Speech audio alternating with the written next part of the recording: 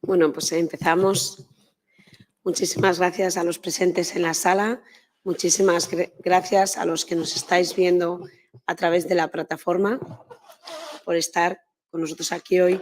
Es un placer volvernos a reunir en una audiencia de nuestro grupo político de trabajo, Familia y Vida en el Parlamento Europeo en Estrasburgo, en esta ocasión. En jornadas anteriores hemos tratado temas relacionados con el embarazo, su protección y sobre la libertad que hay en las decisiones, ¿no?, que se toman.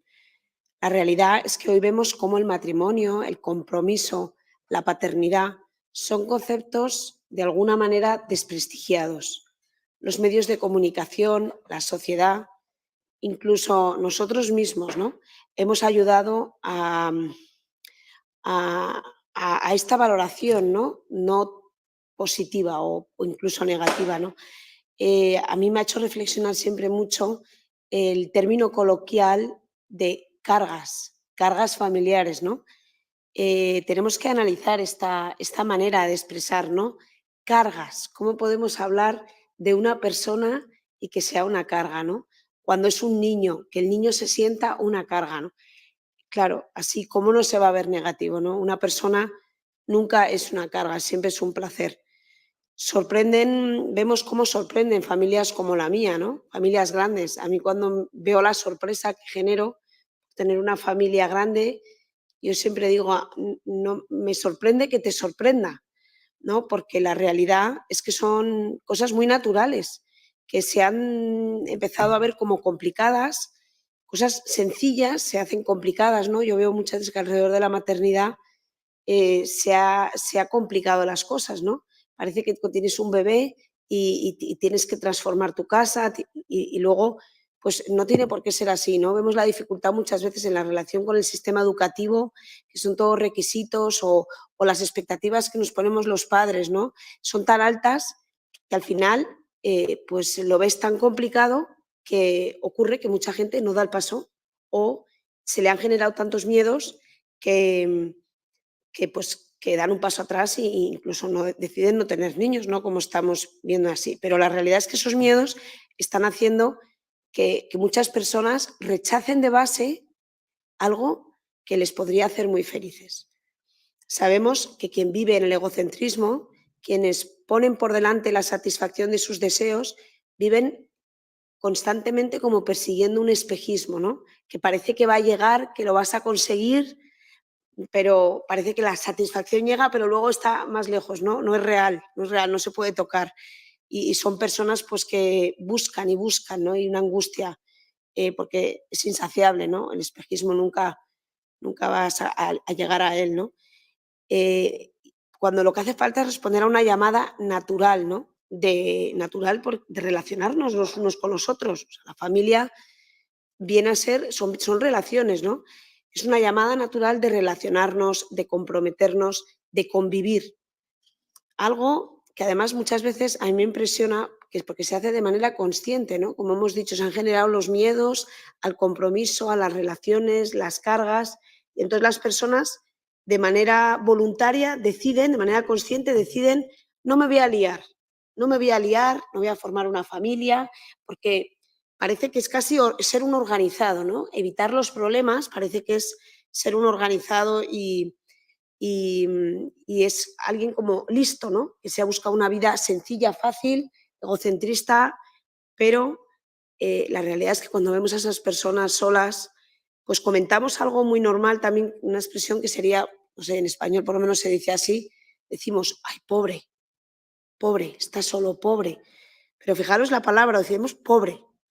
Es que es pobreza, ¿no? O sea, la pobreza más importante ahora no es la pobreza económica, ¿no? Es esa pobreza de la soledad, ¿no? Y hay muchísimas personas que están así porque han tenido mala pata en la vida, ¿no? Y no han tenido suerte y claro, hay que apoyarles, hay que darles esa compañía, sobre todo quienes tenemos familias, hay que darles esa compañía porque también podemos disfrutar de ellos y hacerles ver que no son una carga, todo lo contrario, las personas son disfrute. Pero a mí me hace pensar mucho que haya personas que busquen esa soledad voluntariamente, ¿no? Porque es una tristeza, ¿no? Y a futuro, pues pues ellos mismos, ¿no? Estarán tristes y se verán, pues, de pobres, ¿no? De hecho, a las personas que nos liamos con las familias, pues se nos incluso tilda de irresponsables, ¿no? Vas a tener otro hijo, pero ¿estás segura? Y a mí me resulta muchas veces que son comentarios inapropiados, ¿no? Porque está en las decisiones de cada uno, ¿no?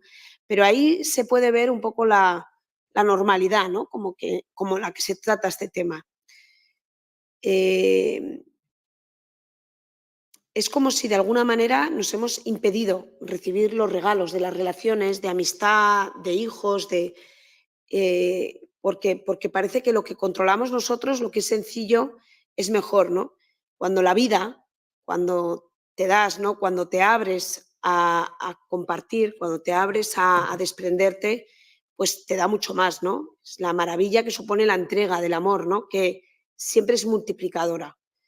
Y como yo siempre digo, ¿no? Los sueños, estamos en una sociedad donde nos hablan mucho de perseguir nuestros sueños. Y yo siempre digo, para poder seguir un sueño tienes que haberlo soñado.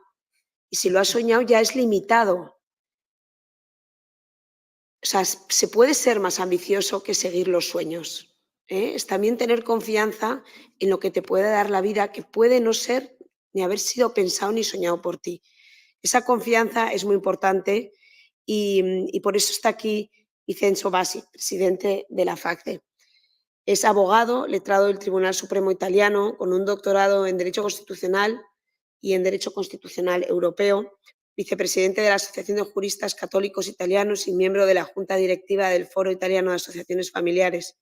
Pero sobre todo hoy Vincenzo está aquí en la calidad de presidente de la Federación de Asociación de Familias Católicas de Europa desde octubre del 19, ¿no? Es un honor que alguien con tantos méritos recogidos pues haya dedicado poner su tiempo en algo que muchas veces pues no es, como hemos dicho antes, no tiene tanto prestigio como es la familia, pero justo es lo que vamos a conseguir, ¿no? Devolver ese prestigio para que se vea el regalo que con FACCE, pues yo puedo decir que he tenido una colaboración. Según empezó mi mandato después del Brexit, me ofrecieron ayuda, empezamos pues, a hacer webinars y cosas porque entendíamos que esto iba a ser una de las prioridades de mi actividad como eurodiputada.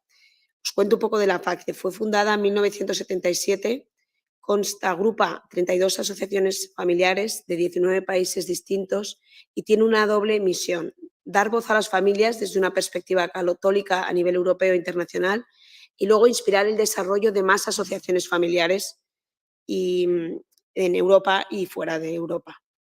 FACCE asegura la representación de las familias en las asociaciones familiares a nivel europeo, basa su trabajo en la enseñanza de la Iglesia Católica, promoviendo la belleza de la familia, su valor y la dignidad de cada uno de sus miembros. Vincenzo, estamos deseando escuchar tu intervención, que tiene un título ya de por sí tan sugerente, ¿no?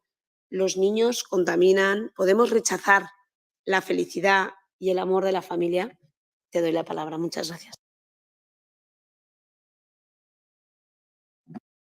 Muchas gracias a la diputada Margarita de la Pisa por su invitación. Eu gostei mucho la introducción que usted ha hecho porque usted habló de realidad. La familia no è una ideología, non si può spiegare leyendo un libro. La familia non si può spiegare leyendo un libro. Es un'esperienza che sta differente perché mi famiglia es differente della famiglia de Margarita de la Pisa e es differente de las familias de ustedes que está aquí. Mas tiene un objetivo que es sempre el mismo. El objetivo es de ayudar al otro. Una persona se casa no por el interés, proprio interés, ma se casa por el interés del otro. Esta situación hace a la familia como una institución única que no puede ser sustituida. Por esto se habla de familia. No se habla de familia para defender algo en una manera nostálgica. Se habla de familia para explicar la función de la familia, es una función esencial de la familia. Y per hacer esto necesitamos de hablar de realidad. È un'esperienza la famiglia que se puede vivir solo a través el ejemplo de alguien que nosotros queremos. Porque si no tenemos ejemplos, no se puede también vivir la experiencia familiar en una manera completa. Sobre todo, muchas gracias a usted por su trabajo, por la vida y la familia en Europa. Es un dar testimonio fundamental y generoso que nos sirve mucho en esta institución. Las familias han estado en la primera línea de la pandemia y han demostrado su función crucial de la célula básica de la sociedad. Esta es la resolución FAFSE nuestra última reunión. Ese es el momento de reconocer sus esfuerzos. Si no, la nueva ola de pobreza será mayor que cualquier otra ola de COVID. La pregunta es, ¿cómo considerar la inversión en demografía en las familias con hijos como una máxima prioridad en las políticas públicas? De hecho, debemos ir más allá. La cuestión clave es destacar que todas las políticas familiares y demográficas, no solo las políticas de emergencia actuales y más necesarias, nunca deben considerarse gastos, sino inversiones para el futuro de Europa. Esto es el punto importante. No se trata de gasto, se trata de inversión partiendo de esta realidad, podemos también hablar de familia como el actor principal de esta inversión. Hablando sobre el fondo de recuperación que se ha negociado, muchos funcionarios y representantes de la Unión Europea han dicho que este fondo abrirá el camino para salir de la crisis y sentará las bases para una Europa moderna y más sostenible. Pero debemos reconocer que no hay desarrollo económico sostenible sin solidaridad intergeneracional. Tampoco habrá solidaridad intergeneracional sin equilibrio intergeneracional. Y ese equilibrio nunca existirá sin la familia y el matrimonio, como también nos recordó el Papa Francisco recibiéndonos el 10 de junio 2022. Estamos viviendo un cambio de época, más que una época de cambios. Y este cambio se pasa muy rápidamente. La evidencia de esto está allí para que todos la vean. Sin embargo, un cambio tan rápido y constante no sirve necesariamente al bien común de nuestras comunidades ni al bienestar humano integral y sostenible. De hecho, algunos proponen hoy un modelo abstracto de desarrollo sostenible que olvida la importancia de las personas o incluso están en el contra de la vida humana. Por ejemplo, los países en desarrollo a veces experimentan formas de presión internacional para implementar políticas de salud reproductiva a cambio de asistencia económica. Nos duele decir que la Unión Europea está a menudo en primera línea en la promoción de este approach y los debates de esta semana lo demuestran. Sin embargo, la reducción de la tasa de natalidad nunca puede ser la solución a los problemas de los países en desarrollo y también países que no están en desarrollo. El crecimiento de la población no es el problema. El verdadero problema es el consumismo extremo, el individualismo y la cultura del descarte, como denunciado por Papa Francisco. Tampoco es evidente que políticas familiares más eficaces que reconozcan también el papel de la familia al nivel económico no pueden ser bastantes para resolver el invierno demográfico. Tenemos que ser claros. No se generan hijos para recibir contribuciones públicas en varias formas. Por otra parte, solucionar la cuestión demográfica debe interesar a las instituciones públicas, pero el interés principal en promover estas políticas no es del Estado, pero antes de todo de las familias mismas y de las redes de familias. Hoy tenemos estadísticas que demuestran cómo cada familia quiere generar un hijo más de los que ella tiene. Entonces, ¿por qué las familias no tienen hijos? Es la pregunta más importante. Sin dudas, el individualismo, la destructuración de la familia y también el consumismo son las causas principales. Tampoco, ahora, más que antes, es claro que esta cultura constituye una ideología terrible. Durante la pandemia fue evidente que los individuos y también las familias solas sufrieron más. De hecho, todo nace de la soledad, más que la falta de trabajo, de dinero.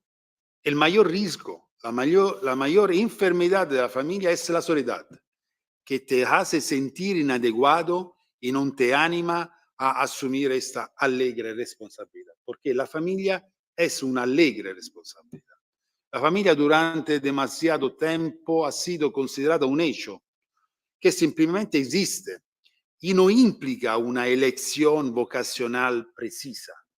La familia es un cambio, en latino donum, un acto de generosidad que debe ser apoyado y no puede ser apoyado en la soledad. Por eso hablamos de redes de familias. Una vez estaban los pueblos que contenían una idea de familia, la apoyaban y la aceptaban. Nadie en el fondo está preparado para formar una familia, porque esta no nace de un interés propio, sino del interés por el otro, como yo decía. Si no es así, la familia nace mal. La familia, decimos nosotros, es la respuesta más eficaz a estas nuevas formas de dictaduras globales de políticamente correcto. Porque la familia es la realidad de cada uno de nosotros. Cancelar la familia quiere decir cancelar al futuro. Al revés, nosotros necesitamos reconocer siempre más el papel fundamental de la familia, no solo para una primavera demográfica, pero también cultural y espiritual de nuestro continente. Si se habla de invierno demográfico, la familia es el cuidado y no el enfermo a cuidar. Según Eurostat, decimos cosas que nosotros conocemos, más es importante recordarlos. Según Eurostat, en los actuales Estados miembros de la UE, se espera que la parte de población de entre 15 y 64 años pase del 67% de la población total al 56% en el 2060. Se prevé que el grupo de población de 60 años o más crezca de 18% al 30% en el mismo periodo. La reducción y el envejecimiento de la población europea tendrán consecuencias geopolíticas para el continente. Partiendo de estas premisas, las preguntas a las que hay que dar una respuesta son: ¿pueden las políticas demográficas reducirse solo a incentivar la natalidad? ¿La cuestión demográfica significa solo más niños o también la generación de capital humano y social? ¿Están las políticas demográficas estrictamente vinculadas a la educación y a la asistencia? ¿Son aplicables los modelos abstractos de políticas familiares? ¿Cuál es la función y la experiencia de la familia? La familia, al producir servicios para su propio beneficio y el de sus miembros, actúa más que como agente de consumo. En efecto, la familia es también y sobre todo empleadora de recursos, incluso a través de inversiones, para llevar a cabo su función habitual. Esto significa que las familias tienen una función económica, no ocasional, que se realiza a través de la organización, la eficiencia y la profesionalidad. No hay familia sin profesionalidad, eficiencia y organización. Ahora hablo como abogado, no como presidente de la FAFC. Eso es cierto para toda empresa en funcionamiento. Así la familia representa la protoempresa. Y no es una coincidencia que la palabra economía deriva de las palabras griegas oikia, hogar, familia, y nomos, disciplina y gestión. En otras palabras, economía significa gestión de la familia. Por lo tanto, la familia no puede considerarse simplemente como un coste para el presupuesto público, sino como un activo estratégico para la sociedad en general. ¿Cómo invertir en la familia para invertir las tendencias demográficas? Las políticas familiares deben dirigirse directamente a promover el nivel de vida y las capacidades de los miembros de la familia. De este modo, la familia no tendrá obstáculos para generar no solo hijos, sino también capital humano. Para lograr estos resultados, las políticas familiares solo serán eficaces y eficientes si proporcionan frente a la familia ninguna obligación, ningún incentivo, sin solo un premio. Es diferente premio y incentivo. En otras palabras, el papel generador de la familia no es una actividad conveniente, sino una responsabilidad gozosa, es decir, una contribución esencial al bien común, como no implica ningún precio o incentivo, porque incentivo se generan hijos porque es conveniente. No, no, para mí no es esto el tema. El tema es, me gusta, portugués, español, me gusta generar hijos. Más generando hijos, yo y mi mujer, Carla, participamos al bien común. Y por esto recibo un premio. Es un concepto también jurídico realmente diferente. Políticas familiares y política en favor del desarrollo se trata de un matrimonio perfecto. El desarrollo económico solo puede lograrse revalorizando la relevancia social de las familias. Los resultados de estudios recientes que examinan el impacto de la familia en el desarrollo económico sugieren diferentes implicaciones, es decir, que el matrimonio y la fertilidad tienen un impacto positivo en la generación del capital humano y social, por un lado, y como consecuencia en el crecimiento y en el desarrollo económico, por otro.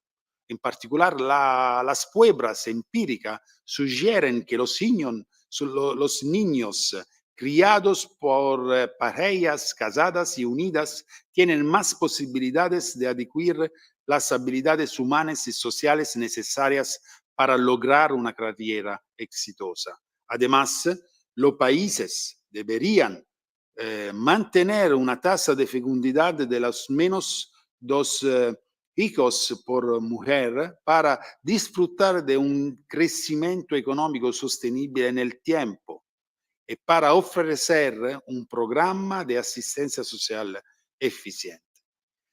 Políticas familiares y políticas en favor del desarrollo se trata de un estímulo oportuno para los Estados miembros de la Unión Europea. El invierno demográfico, si no se invierte, repercutirá en los criterios de convergencia, es decir, los criterios de Maastricht de cada Estado miembro de la Unión Europea. En particular, el déficit de la deuda pública, así como la inflación, aumentarán, ralentizando progresivamente la economía, la estabilidad económica y el crecimiento. Por lo tanto, para prevenir la futura instabilidad de la Unión Europea, podría ser oportuno razonar sobre la introducción de las cuestiones demográficas entre los criterios de Maastricht, así como la relevancia de la deuda privada. Deuda privata significa la capacidad de la familia de crear, de mantener lo que se gana, porque la familia no, como hemos visto, no consuman más, tienen que invertir y mirar al futuro. ¿Cómo se dice en español? El family savings, Sí, ahorrar. es ahorrar de la familia, es un valor por la economía de un Estado, por la economía de una comunidad. Según el principio de subsidiariedad, la experiencia de las propias familias es la base de toda política familiar realista. De hecho, no existe un modelo único de política familiar para todos los países europeos. Los principios de subsidiariedad y solidaridad son los principios rectores de una política familiar eficaz y eficiente, capaz de invertir el actual invierno demográfico. Mas se trata de principios que no vienen de una ideología, más de una realidad que se ve y se vive. Se habla demasiado de ideología, de principios como algo abstracto, ma la familia no es algo abstracto, es una experiencia realista que inspira, mas que no se puede imponer como modelo, más como ejemplo. Además, si bien el desarrollo económico no puede lograrse solo a través de la familia, el desarrollo mismo no puede lograrse si la familia y sus responsabilidades generativas como fuerza propulsora del sistema.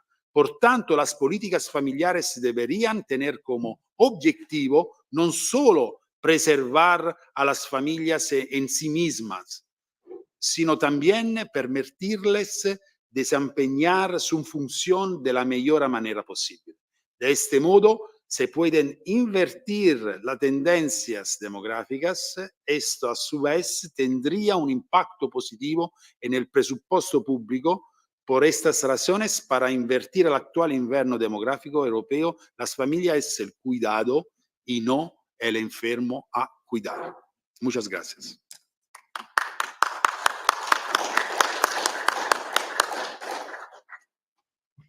Muchísimas gracias, Vicenzo. Es verdad que aquí en el Parlamento Europeo casi siempre oímos conceptos abstractos, ¿no? Pero está bien ver que lo que tratamos hoy se puede tocar, ¿no? Nos podemos tocar las personas, claro. Es una realidad gozosa, es un hecho, ¿no? Es un acto de generosidad y es un activo. Muchísimas gracias. Creo que la ponencia que nos has presentado va a ser muy complementaria a la del siguiente ponente, Alejandro Macarrón. Es autor de la obra Suicidio demográfico en Occidente y en Medio Mundo. Alejandro Macarrón es ingeniero de telecomunicaciones y consultor empresarial internacional, pero desde hace más de 25 años empezó a estudiar los datos demográficos pues, por casualidad y le horrorizó lo que encontró en ellos, ¿no? Vio que era una sociedad que tiende a envejecer intensamente a declinar y a desaparecer a largo plazo, debido a su tasa de natalidad tan baja. Desde entonces se ha convertido en un importante investigador y autor de libros, conferenciante y activista público en España y en el extranjero contra el suicidio demográfico de Occidente y medio mundo, según sus propias palabras. Y el declive de las familias tradicionales también le preocupa, que en su gran mayoría eran estables y tenían varios hijos. Alejandro nos hablará sobre el descenso de la natalidad y la estabilidad familiar, mucho más perjudicial que la bajada de las pensiones o el deterioro macroeconómico. Creo que estás conectado, Alejandro. Te damos la palabra.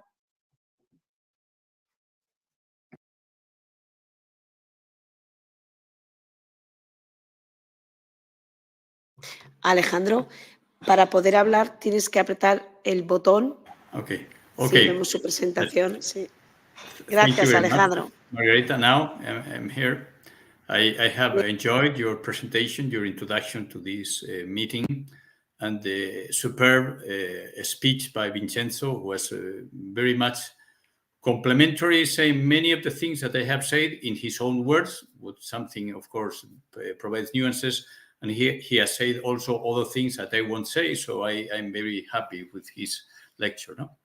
I'm going to speak a little bit about, yes, this problem through different angles, but especially I will talk about economic things, but other things that are not economic, that the effects of family decline and birth rate decline that are not economic, that probably they are more important, no? in the long term, no?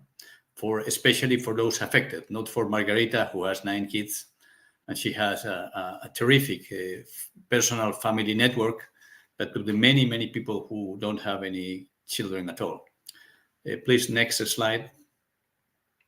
So traditional families in which people got married and they were together until death, no, with several children, they were the vast majority of people in the past in Europe, and certainly in Spain and Italy, made this kind of arrangements for life, are now a shrinking minority. No? A lot of people don't get married anymore.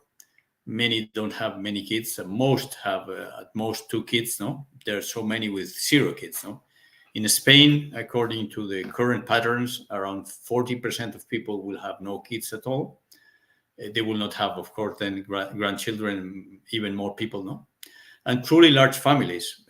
When I mean truly, is I have 3 children, but when I was a boy, this was not a large family. No, large family for me it's at least 4, maybe 5.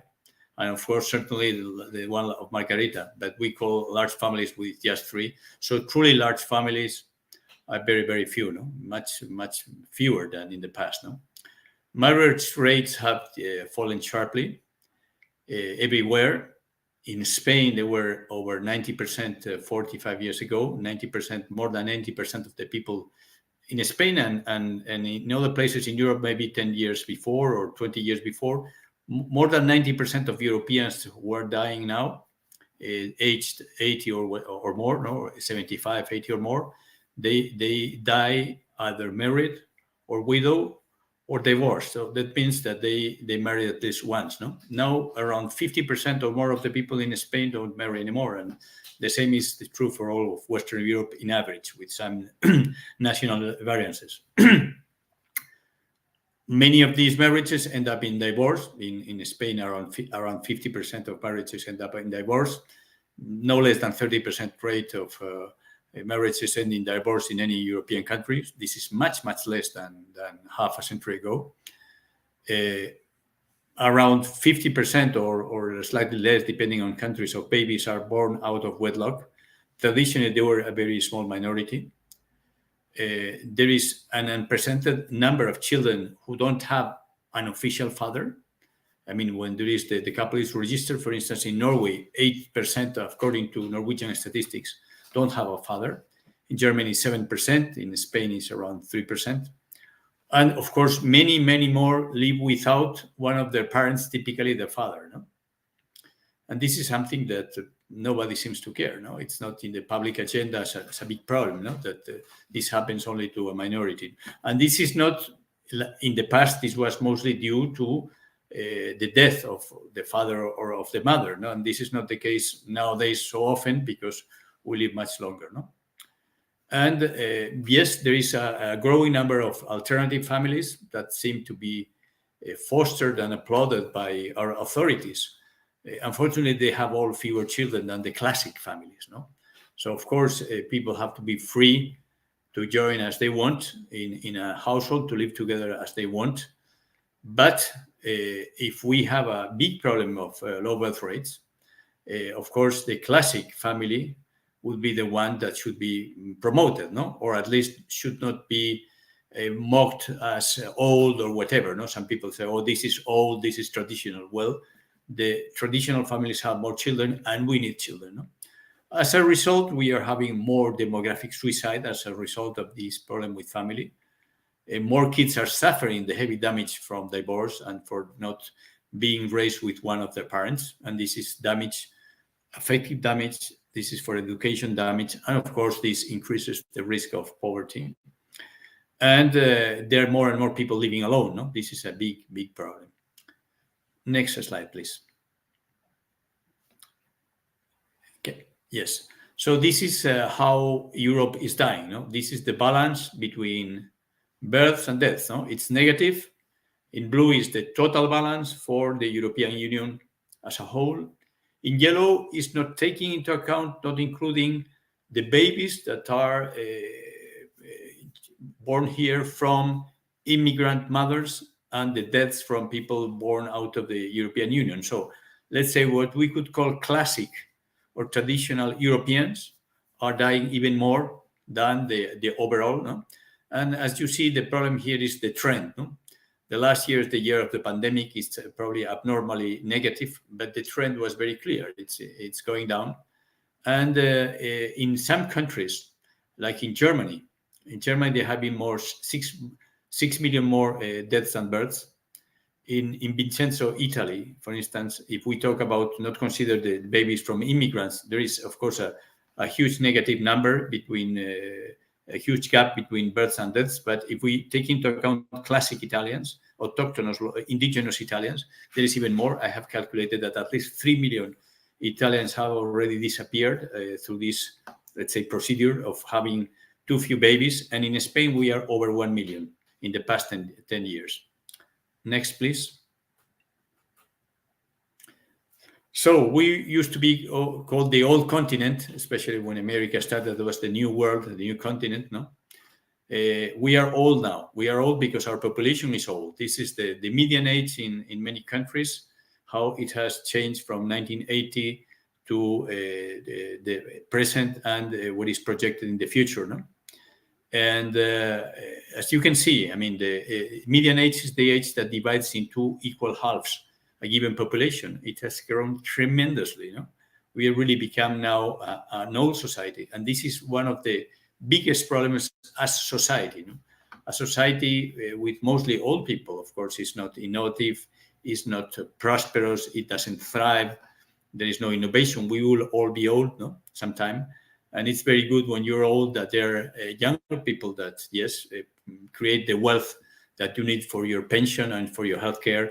And it's very good to have even younger people, your grandchildren, and to see kids all around. But if we are old and there is not other people than old around, this is not very good for the economy and for the affective well-being. No? Next. So this is something that has never happened. In history, there has never been so few kids and so high life expectancy, and even more both together. So we are not totally sure what this can entail, but it's very logical what is seen in this next slide. No, it's, of course, with fewer kids than more deaths than births, we would tend to disappear. No? This is clear. On wealth, an economy in which population is shrinking and is aging can only be go down because there is no productivity, consumption, investment, everything tends to go down typically. Of course, there is the need to provide a lot of wealth for the old people, for old age pensions and for healthcare and for daycare of old people who cannot take care of themselves because maybe they have some mental diseases or whatever. But this wealth for taking care of the old has to be provided, has to be created by a shrinking and aged as well labor force. No, so this is not good. But for me, the worst, as I said, I think it's probably worse. How this affects family and affective life. No, there's more loneliness because people have few kids, grandchildren, siblings, aunts and uncles. There is, and this is especially bad for when you are old. I mean, there is a pressure to get rid of old people. No? There is an ideology now for euthanasia, but economically, unfortunately, the pressure is very clear. No? The old people are costly. No? There was this old Japanese ethics. No, I saw in the Narayama Ballad. It was a movie of maybe 30, 40 years ago in which old people decided that they were a burden, too much of a burden for young people, and they voluntarily went to a place where they died. No? This was terrible, so sad. No? So this is somehow the pressure is there. No? On politics, democracy is becoming not pure democracy in which, let's say, it's balanced between different segments of society, but it's becoming dominated by the vote of retired people. It's not their fault. It's just there are many, and politicians know that the votes are there.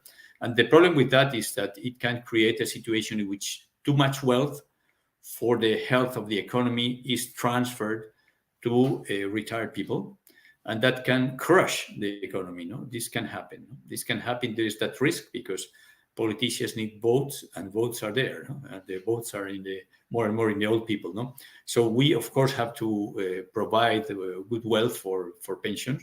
We need to take care. We have the moral duty to take care of our elderly. But if we transfer too much wealth, this can be ultimately bad for everybody, because if we crush the economy, then there will not be wealth for anybody. No. And on geopolitics, I mean, Europe tends to be irrelevant. The West, the weight of the West in the world is smaller and smaller because our demographic weight is smaller and smaller. Unfortunately, the countries that we used to call third world are finally developing. They're now emerging. They are not third world anymore because they're truly emerging. And what this means is that their productivity per person is becoming closer to ours. And since there are many more people there than in our countries, they will lead the world. I mean, and this, if they don't have values, democratic values, no, the emerging superpowers, they don't have democratic values, then we can have a problem in the world. No? Next, please. There is no coins without two sides, and this is not exactly a coin because the bad side is more than the good side, but it's true that if we do a total balance, we could make some savings maybe in education. It's savings in not spending in the future, but of course, if we have fewer children, we will have to save from somewhere to pay the pensions, no, and things like that. There is probably will not be more unemployment unless immigration is not properly controlled, and too many immigrants arrive.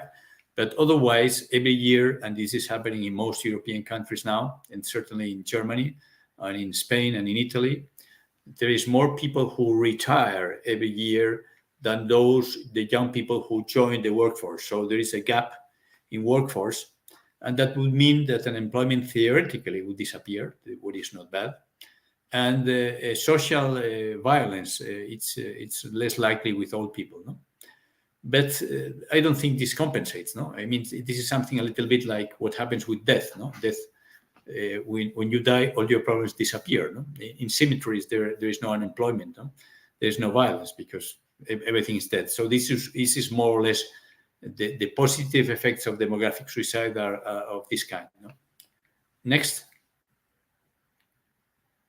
So something we say that is closely related with the too small number of children for generation replacement that is needed, that is at least 2.1 children per woman, is linked to the fact that fewer people marry and fewer people marry in a stable way, and also in the decline in religious beliefs. No?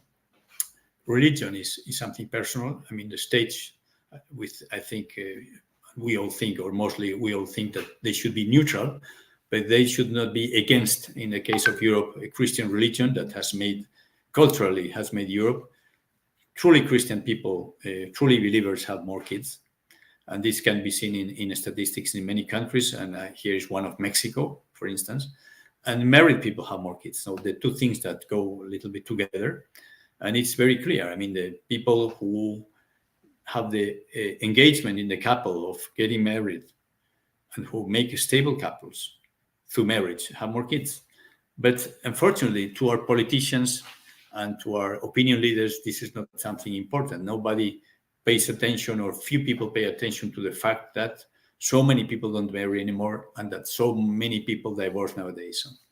And this is something that when we talk about what can be done to recover fertility, what can be done to boost birth rates, if we don't talk about marriage, we are missing a very large part of the solution. And without a very large part of the solution, we will not have a full solution. And of course, there is other aspects, as Vincenzo mentioned earlier, about how children are raised. No, in a stable family, they're better raised than in something that is what we call unstructured. No? Next, please. This is just a table now with how marriage rate has gone down and how divorce rate has gone up in the past 50, 60 years. No, the number of divorces per wedding is tremendous.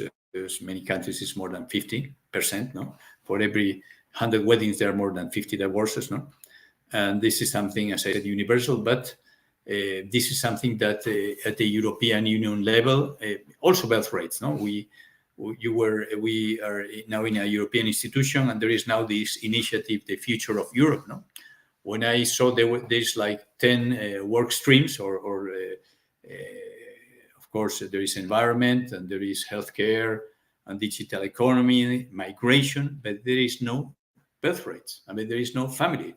And Europe, the main long-term problem of Europe is the lack of children, because healthcare, of course, it can always be improved and be made more efficient. But we have the largest life expectancy in the world in Europe. So this is not our biggest problem. Certainly it's not our biggest problem. Digital economy, yes, we can improve, of course, but we are still one of the places in the world that has highest digital economy and more people that use internet and whatever. But we are in the world, the place with fewer kids, and we have too few kids. Next, please. This is a very simple table, what is shown here. No, what would happen if everybody had a given number of children? No, if you have one child, like in China with a single child policy, all you would have downstream is one child and then one grandchild. No? And this is very sad, because your child will not have siblings, will not have brothers or sisters, or both. And of course, there will be no uncles or aunts in the future, and nothing like that. No? That's very sad. No? In the past, we had 4 or 5 as an average. So people had a lot of, some brothers, sisters, some had many cousins, had uncles, whatever. No? Nowadays, I put this intermediate column like 1.3. That was Spain and Italy until recently, because we are now below, at least in Spain, below 1.3. And that would give you, theoretically, many people would not have even one brother. Some would have. This is why the decimals. But this is something so sad. No? And this is fostering, yes, creating loneliness. No? And this is one of the scourges of the 21st century in developed countries. Next, please. So this is the change, for instance, in Spain, and this is more or less the same in every country.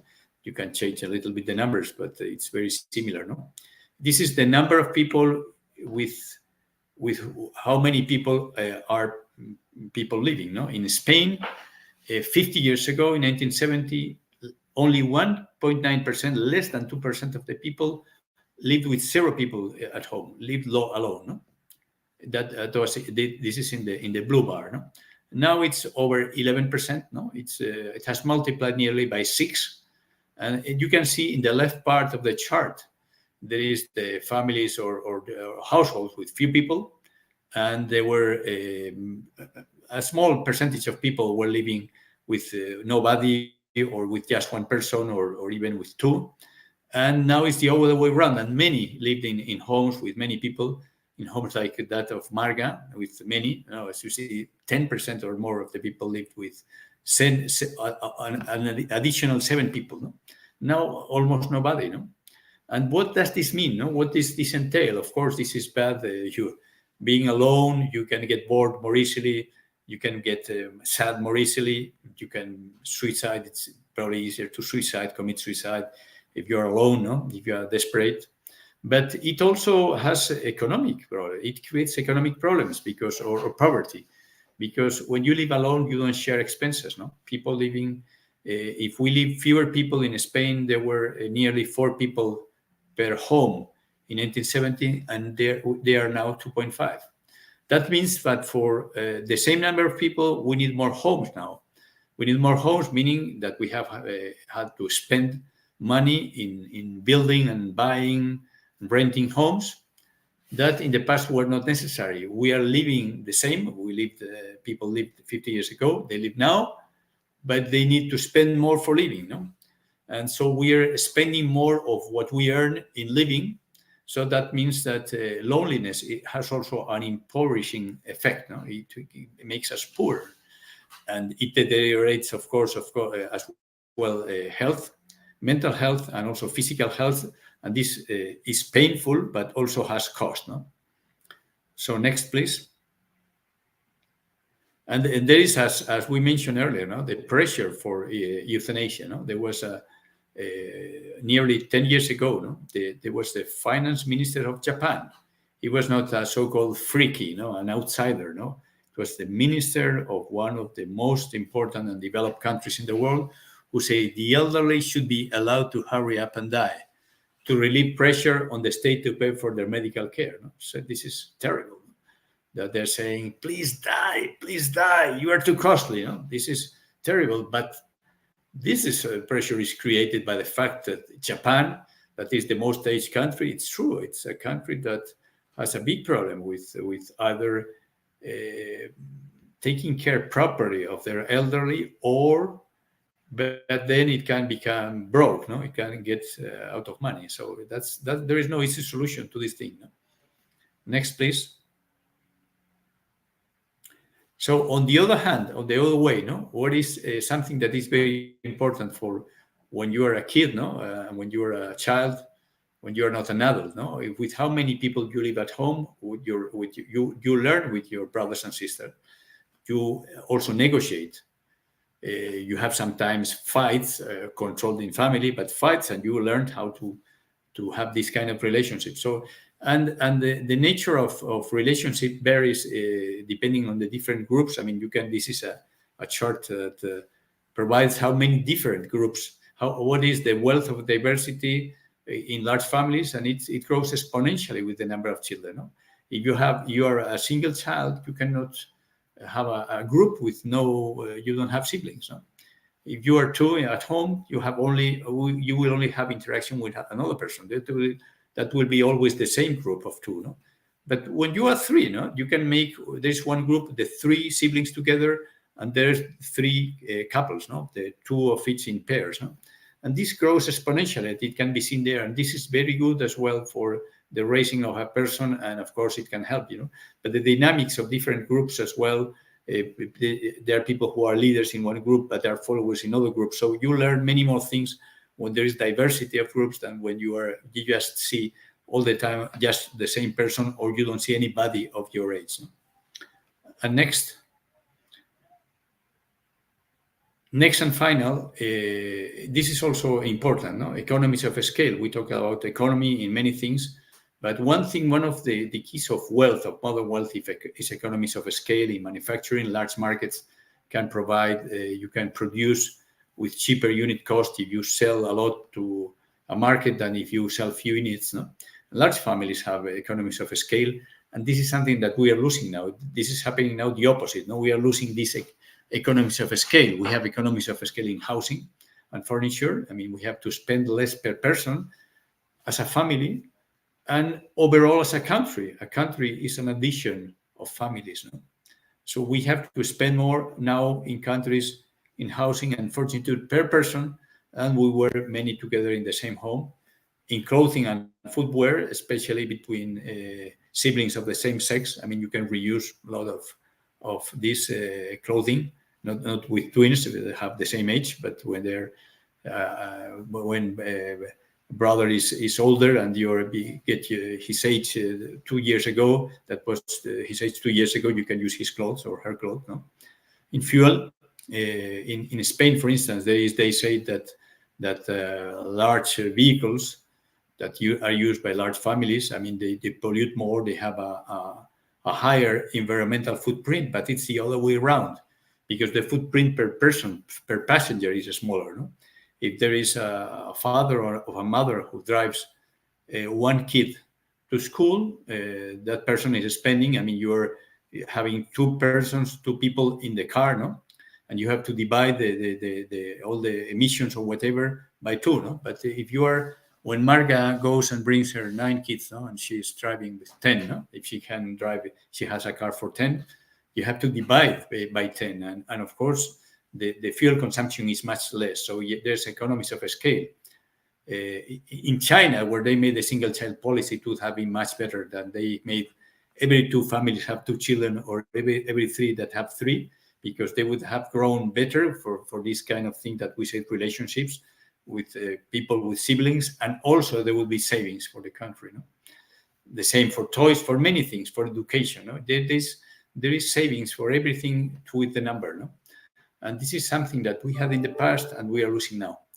And more or less, I think I finish here my speech. So I said that the family has the value for creating a replacement, population replacement, new generations, and there is no alternative. Either we have more family, meaning families with more kids and more stable, this would be more family, and more families, because there are many nowadays people who don't even make a family, don't even have a couple, don't even have a spouse or equivalent, and many who have that but not children. Or we will have worse and less future for Europe and for the Europeans in their private lives. That's very important. I mean, let's not only talk about pensions, but let's talk about your future. It's good for people for themselves to have kids because of this, avoiding this affective desert. And thank you very much. I finish here.